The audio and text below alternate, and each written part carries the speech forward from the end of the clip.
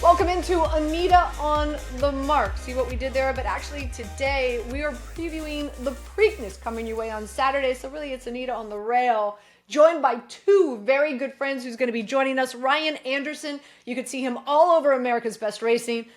Really the go-to place to get you in the know, anything and all things horse racing. And Matt Bernier, who's going to be joining us, you can see him all over NBC as well as FanDuel. We'll get their picks, their plays. I trust you, by the time you're done watching this show, you're going to be so locked and ready for the Preakness, and hopefully we're here to help you win some money.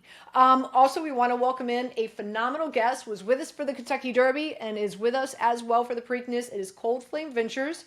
Good intentions in a bottle. What do I mean by that? Well, we've got Wing Woman Reserve Whiskey, a 9-year-old Scotch, and also an 8-year-old Scotch. Benefits and supports anti-human trafficking. The organization that they benefit is unitus.ngo.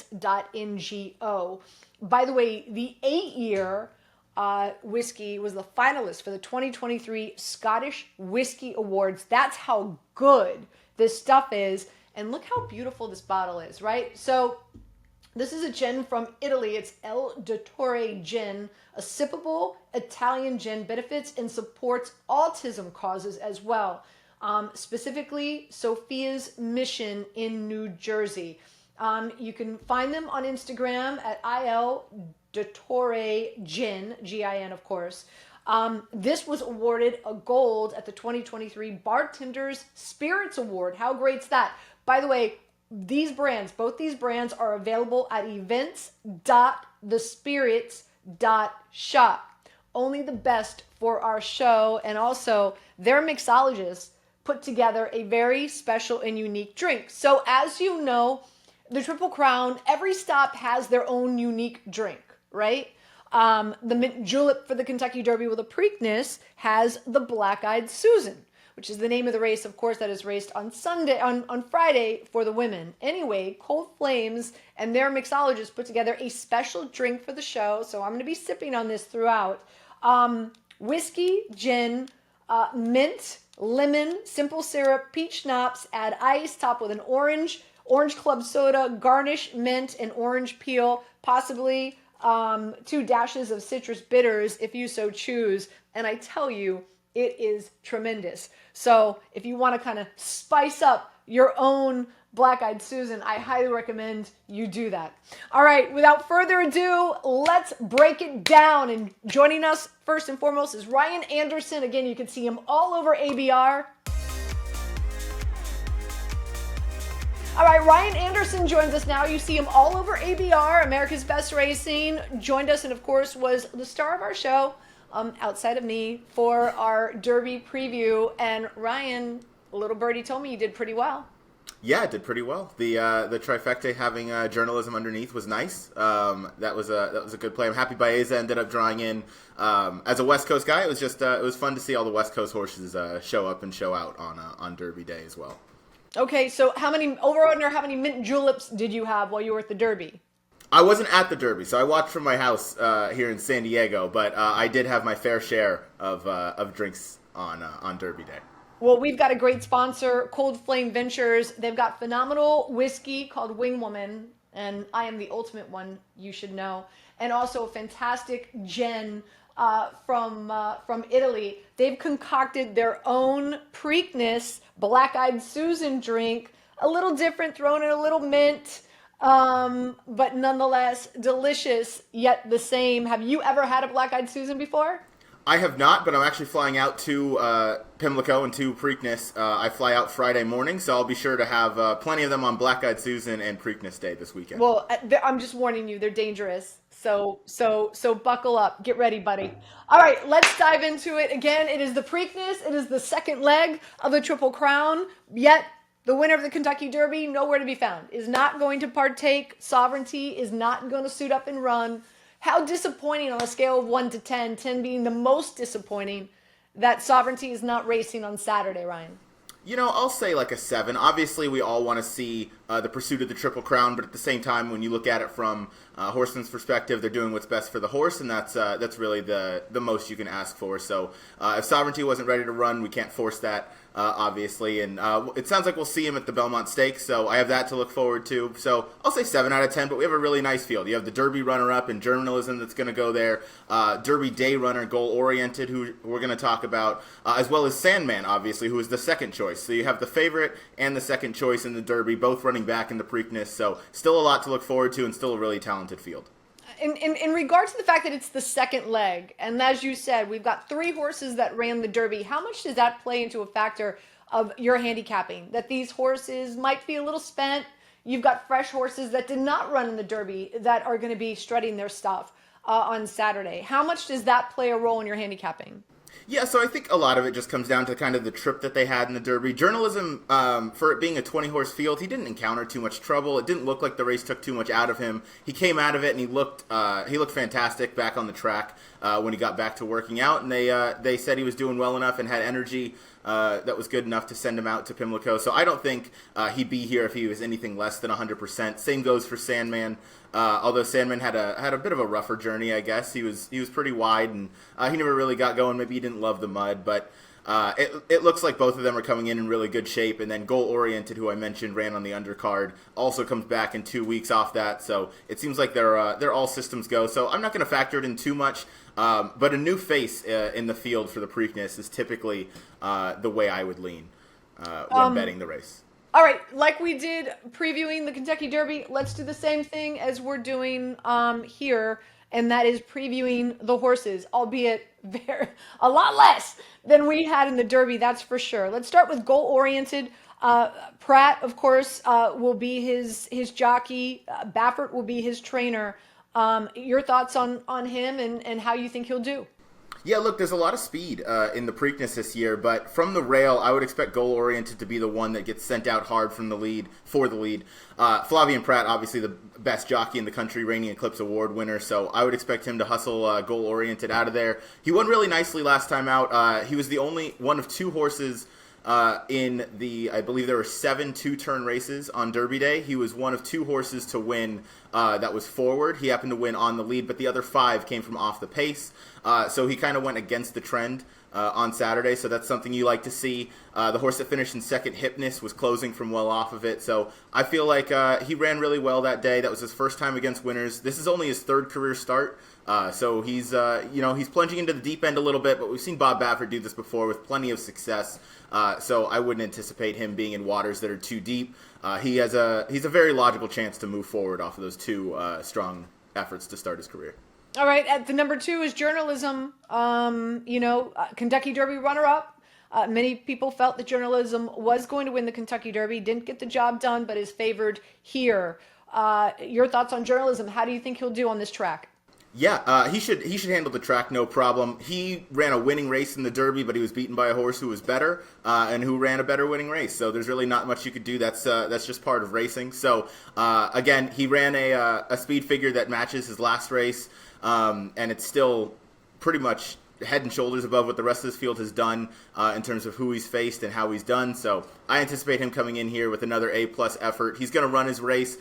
He can be tactical. He can be a little closer to the pace if it's needed. That's where I anticipate him being maybe 2-3 lengths off. But again, there's a lot of pace in this race. It should set up really nicely for him. And 8-5 is his morning line price, which I think is very generous. American Promise, 16th in the Kentucky Derby, but has a trainer that typically does well here at the Preakness. What are your expectations for the 3-horse? Yeah, American Promise is going to be overlooked. You see the running lines from the Derby, and it looks, that he didn't really run a step, but he pretty much lost all chance out of the break. Citizen Bull took a hard right out of the gate as soon as they broke in the Derby and took out pretty much 3 other horses in there, caused them to pretty much have no chance. So I would expect a much cleaner trip for American Promise. He should get back to his prior form, which I don't know if it's good enough to win this race, but he could certainly factor. We saw Dwayne Lucas win this race last year with Seize the Gray. At the 4 is Heart of Honor, was last in the Derby. But apparently cleared quarantine Sunday, came over from Great Britain. How do you feel about horses that are traveling so close to a race? Yeah, I don't typically love it, so I don't give him a huge shot. Admire Daytona, who he was second by a nose to last time, didn't really run too well in the Derby. Maybe he just didn't handle the track. But this runner has done nothing wrong. He's never been worse than second in his career. So he's one I'm going to just kind of just wait and see how he looks on track, see how he runs. But he's probably not going to be on any of my tickets. But it's good to see the foreign shippers come in to participate in an event like this. Thoughts on Pay Billy, the local entry? Yeah, I should get some local love. Speed figures are looking a little bit light, but again, the winning type who knows where the wire is, so maybe a factor in the superfectas in fourth place. And then we have River Timms. Irad Ortiz will be his jockey. Trainers Todd Pletcher. Yeah, they had this race in mind the entire time. The connections, opted to sit out the Derby, point for the Preakness. So it's always good when you see a horse that has, or a trainer rather, that has a target in mind for the horse. That was the case with Sovereignty, where he was always ramping up towards the Kentucky Derby, and that was where he fired his best race, or ran his best race. So River Thames, I'm expecting similar. I just don't know if his best is going to be enough to beat the likes of journalism and a couple others in here. But one that I think certainly deserves a look, and I could see him getting a piece of it in third. Sandman finished 7th in the Derby, but is that Gray Colt, and as you mentioned before on our Kentucky Derby preview show, everybody likes to put a little coin down on a Gray Colt. Yeah, exactly. He's going to be overbet again in this spot. I want to see him. I wish the Belmont Stakes this year was at 1.5 miles because I think that would really be to his liking, being by Tappet on the top. But another one that, again, has a lot of talent. I expect him to run really well, and he's going to run his race. He does every single time. It's just going to be a matter of if he gets the setup, and I don't know that he's going to be better than Journalism, considering Journalism's going to get the jump on him. But another horse that's going to take money, and certainly one that adds to the lore of the field. Then we have Clever again, the son of Triple Crown winner American Pharaoh, which definitely, if you know and were around when American Pharaoh won the Triple Crown, you've got to say, wow, the son of, wow, I've got to put some coin on him. Exactly, and this is one that's up and coming. Really interesting runner here. I want to see how Asmussen and Clever again do here in the Preakness Stakes. This is one where that last out effort was really kind of blows you away. Gaming, who finished second to Clever again, ran a really nice second or third in the Pat Day Mile on Derby Day. So to see Clever again show up here, it's really interesting. Another one that's going to be part of the pace. A little more battle-tested than goal-oriented. Maybe this one kind of sits the trip and is able to get a good piece of it. And then last but not least, Gosker, I hope I'm pronouncing that properly, son of the Derby winner Nyquist, is that right? Yes. Gosger was really interesting. I was there at Keeneland that day where he won the Lexington Stakes, which is kind of the stepping stone to the Preakness. It's technically the last Derby prep, but not too many runners use that to go to the Derby just because it's a really quick turnaround. But Gosger, pointed there. He won that race by open lengths, and then they were always kind of pointing towards the Preakness here this Saturday. So this is one I want to see run. One I think is definitely capable of a big step up as he's been training really forwardly. Obviously, Irad Ortiz hops off, and you get the likes of Luis Saez, but he's done nothing wrong. And Brendan Walsh has been on fire at Churchill Downs, winning at an enormous percentage. So this will be his 4th jockey in 4 career starts. Does that persuade you in any way or shape or form? Not too much. I try not to look too much into the kind of jockey karaoke. On the first start, Tyler Gaffleone was aboard. Unfortunately, he's injured right now. Edgar Zayas is kind of a Southern Florida type jockey, and then Irad Ortiz hopped off to ride a different horse in this race, one that he was already committed to. So I don't look too much into it, and seeing that he's finished second and then 2 first place finishes in those 3 starts, all with different jockeys, makes me think that a jockey switch isn't going to be too big of a deal. This horse seems to get along with whoever's on his back. All right, Ryan, as always, I like to say take me to the window, my friend. Go ahead. How are you wagering on the Preakness come Saturday?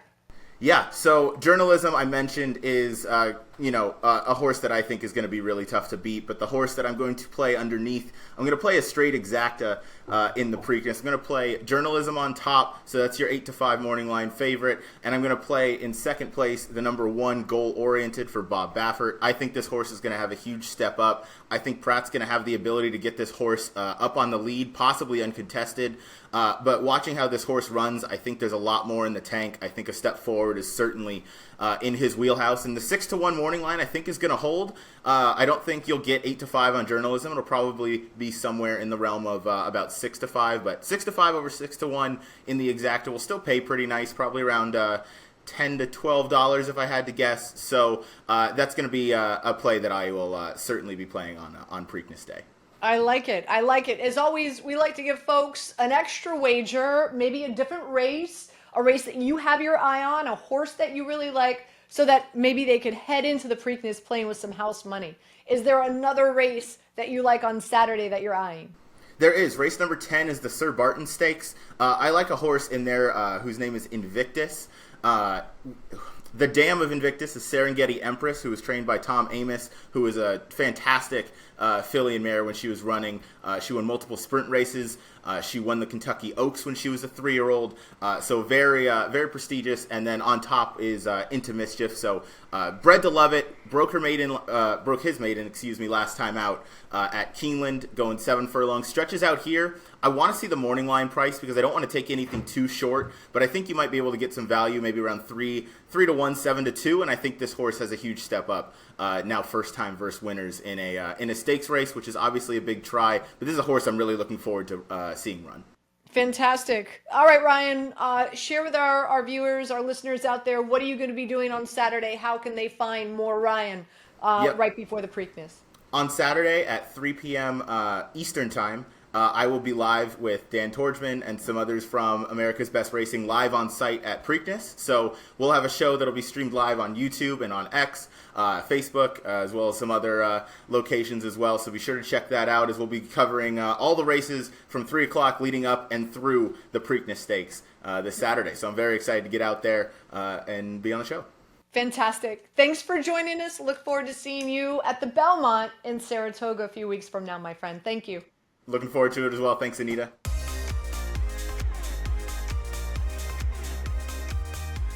All right, before we're joined by Matt Bernier, again, want to talk about Cold Flame Ventures, good intentions in a bottle. What do I mean by that? You've got not one, but 2 whiskeys, one a 9-year-old Scotch and an 8-year-old Scotch. Okay, and both of these benefit and supports anti-human trafficking organizations, and we're talking about Unitas.ngo. By the way, the 8-year-old was the finalist in the 2023 Scottish Whisky Awards. Wow, I feel like I am talking about a horse here, but I'm not. I'm talking about a whiskey. Their gin is very different.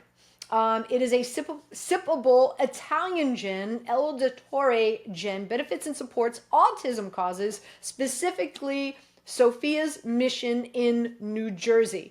This gin was awarded a gold at the 2023 Bartenders Spirits Award. And a reminder, you want to purchase both brands, head over to events.thespirits.shop. Also want to give a big shout out to America's Best Racing, ABR, the one-stop shop. That is where you need to go to find out everything and anything when it pertains to horse racing. And of course, you can find Ryan Anderson hosting all things on ABR from the racetrack, from Preakness on Saturday. So definitely look for him for more information on all the races that will be coming your way on Saturday. Without further ado, let's bring in Matt Bernier. You're going to see him all over NBC as well as FanDuel. Matt, so I lived in Baltimore for about 4 years. So, and those 4 years, boy, did I do Preakness big time. In fact, it's interesting. My favorite day at the Preakness is not Saturday. It's actually Friday. I love going Friday, get out there, be casual. It's so fun. It's so laid back, you know, win some money on Friday. And that therefore, like, you're heading into Saturday with some house money, right? I don't want to call it the dirty little secret, but of all the 3 legs of the Triple Crown, the day before, if you're just looking to go out there, have some fun, take in the environment, but still get involved in the races and kind of get all the pageantry X, Y, and Z, you can kind of do it on a much calmer scale. It's not overdone. There's not a million people there. So we all love the Derby. We all love the Preakness. We all love the Belmont. the day before, kind of sneaky, the best day to go out there and enjoy the track. Ditto. I knew I liked you from the jump. I knew I liked you from the jump. All right, well, let's dive right into it. And one of the biggest storylines is that, the Kentucky Derby winner, Sovereignty, is skipping the Preakness. Going to take some time off and get ready for the Belmont, of course, that we know is going to be held in Saratoga. Hopefully, we'll have a chance to, at least I'll have a chance to meet you in person because we're going to be up there. But nonetheless, how disappointing is that? I feel like each and every year, we're so excited to potentially maybe get the thrill and the excitement of a Triple Crown winner. And with Sovereignty just skipping the Preakness, it's kind of like, wah, wah, wah. It's become kind of the in vogue thing to do is to have the Derby winner skip out on the Preakness, and it's a shame because I understand from one aspect we're all about horse safety and making sure that the animals are as well taken care of as possible. But then again, when we hear that the horse is breathing fire and after the Derby he's feeling as good as he's ever felt, to me, I want to see him come right back in 2 weeks. I want to see him in Baltimore. And it's why I want to give the folks involved with journalism and Sandman and American Promise sort of, their kudos because they're wheeling right back in 2 weeks. They say, look, our horses are doing well. They're happy. They're healthy. There's nothing else we can do. Keep in mind, these are race horses. They want to go out there and run. And Sovereignty, I'm not trying to throw shade to the connections there. They're going to do what they think is best for their horse. I'm with you though, Anita. I mean, you see a Derby winner run as impressively as Sovereignty did. I want to see him come right back and do it 2 weeks later and hopefully have a Triple Crown possibility. And again, like, I don't know what the numbers are, but one would imagine that if you have a Triple Crown winner, the stud fees would be just through the roof in regard to, just winning the Kentucky Derby or, just winning the Belmont, right? Like like I can't even imagine, what does American Pharaoh stud fees go for? So the interesting thing about Sovereignty specifically in terms of that, he's a homebred for Godolphin, and Godolphin runs their own breeding operation. So as opposed to most of these horses that will go through the Triple Crown path, and they'll ultimately have deals at these different farms all across Kentucky or even elsewhere, Godolphin, he's one of their own basically. So they're not worrying necessarily about maximizing dollar value for his commercial standpoint because they're going to breed him to all of their mares and basically try to just continue to replicate this sort of thing. So it's a little bit different in that aspect, but Godolphin is such a sporting rich operation. They want to be involved at the highest level. And again, first and foremost, they're going to put the horse first. I'm saying this, hearing the connections afterwards say, look, he's doing great, but we want to give him a little bit of time. And in my head, the sporting thing would be, well, if he's doing that well, wheel him right back. There's no reason to think that he wouldn't be as competitive, if not more so, than we saw in the Kentucky Derby. I guess, it's a conversation for another day about does the Derby and the Preakness and the Belmont, they need to, rejigger the Triple Crown with the dates and whatnot. I mean, you can get people going on a tangent about that. But I guess in the here and now, the good news is the Derby favorite, journalism, he's coming right back. Michael McCarthy and everybody involved with him seem to think that he's doing as well as ever. So let's benefit and root on the horses that are coming back on 2 weeks rest. Yeah, absolutely. Before we get your play, and as I like to call it, take us to the window. Just out of curiosity, how does a much smaller field and a different distance play into your handicapping? Well, the distance itself, it's a minor change. So we were at a mile and a quarter for the Derby. We're at a mile and 3/16 for the Preakness, so slightly shorter. Pimlico can be a racetrack that's a little bit kinder to speed, maybe than Churchill Downs, especially given the smaller field. I don't think the pace is going to be nearly as fast as it was in the Kentucky Derby. We saw 46 and change there for the opening half mile, which kind of set up for the horses coming from off the pace, the journalisms, the sovereignties. You saw Final Gambit, who finished fourth, come from dead last. I don't think they're going to go that hard that fast, and that's probably a product, partially anyway, of that mile and 3/16 distance. So I think you want to look at this race entirely differently than you would a race like the Derby, where you just kind of are expecting a bit of a stampede and a rodeo in the Kentucky Derby. This is going to be a little bit more of a, I hate to say traditionally run horse race, but this is a little bit more your nuts and bolts handicapping, where I'm not expecting as much chaos when we get to Baltimore. All right, so with that being said, take us to the window, Matt. How are you playing it? So there's a horse that I have been a fan of since he debuted as a 2-year old, and if you'll indulge me to go on a little bit of a story with a horse called Clever Again. Clever Again debuted last April, April of 2024, at Keeneland, going 4.5 furlongs, so just longer than a half mile. That was the duration of the race. And he's trained by Steve Asmussen. Steve is not someone who typically has 2-year-olds run that early in their career. And we're talking about the man who has won more races in North America than any other horse trainer in history. So for him to do something a little bit atypical probably is a tip off that that horse has a little bit of ability. Then you go into the pedigree for this horse, his breeding. His dad was American Pharoah. We've already talked about him a little bit. Triple Crown winner 10 years ago. He won the Preakness in a driving rainstorm at Pimlico in 2015. More importantly, though, Mom was a horse based over in Europe who would run a mile and a half on turf. So this is a horse that is bred to run all day long. And for Steve to debut him at 4.5 furlongs was probably a tip off that this might be a little bit of a unique animal. He had kind of your typical growing pains. We talk about growing pains with the human being. You think about kind of early teenager years. That's what a 2-year-old to 3-year-old horse basically is. They go through the little bumps and bruises, nothing earth shattering, but they need a little bit of time. He's run twice here as a 3-year-old, both of them at Oaklawn Park, and he's been awesome. He's gone right to the front both times. He's set the pace, and he's drawn off to win for fun. If you're a fan of the Beyer speed figures, which are numbers to gauge how fast or slow horses have run, Journalism, the favorite, the likely even money favorite, he has a Beyer coming in out of the Kentucky Derby of a 102. Clever Again has a Beyer speed figure coming out of the run at Oaklawn Park of a 101.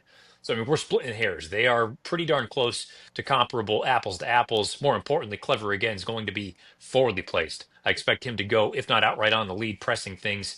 I'm going to bet him to win. I bet him in the future pool that First Racing was offering at 15 to 1. He's not going to be 15 to 1 on Saturday, but you're probably looking somewhere in that 9 to 2, 5 to 1 range. I think that's playable. I'm going to bet him to win. And just in case the big horse Journalism is just too good for him and he just pips him, I'll play a little bit of a safer exacta the other way. So it's Clever Again to win, but I'll back it up with a Journalism over Clever Again exacta. Got it. All right, before we let you go, is there another race either, on Friday or Saturday that you're looking at, that you're eyeing, you're saying, wow, it's my favorite race. I need to get to the window on, and what's the horse there? Yeah, you mentioned your affinity for Friday, the day before the Preakness. I'm going there with an historic race, the Pimlico Special. You've had some elite historic racehorses win that race throughout the course of the years. And Awesome Aaron is 12 to 1 on the morning line. He goes out for trainer Norm Cassie. There's an abundance of speed in this race. But the key for this runner, he's also coming from Oaklawn Park in Arkansas. They took the blinkers off. That's basically the headgear, the equipment that you see on certain horses that gets them to focus a little bit. But sometimes it actually works too well. They took the hood off of him in the most recent start, and he exploded. He won by 4 lengths, finished very, very well. And this may be the opportunity. Maybe he's not quite as good as some of the other more well-known commodities in there, but he's not going to be 12 to 1 again if he wins on a spot like this on Friday. This is the opportunity, if he's as good as that last race would indicate, to cash your tickets on him. So let's go to Awesome Aaron in the Pimlico Special coming up on Friday afternoon. Fantastic. And that's race number 12, correct? Correct. He's the 4 Race horse. number 12. So, folks, have some time to get to the window and get that wager in. Before we let you go, Matt, where can people see you? They want more Matt. They see you here on this show. They're like, I like this dude a lot. Where will you be? What network? Where can we find you on Saturday? Yeah, it's Friday and Saturday. Friday we'll be on Peacock. We'll be going over the Black Eyed Susan undercard, including the Pimlico Special, and then Saturday a combination of CNBC and NBC leading up to the big 150th running of the Preakness Stakes. Fantastic. Well, here's to you, my friend. Good luck this weekend. Thank you, Anita. Hopefully, I'm having one of those after Clever Again crosses the wire first. There you go.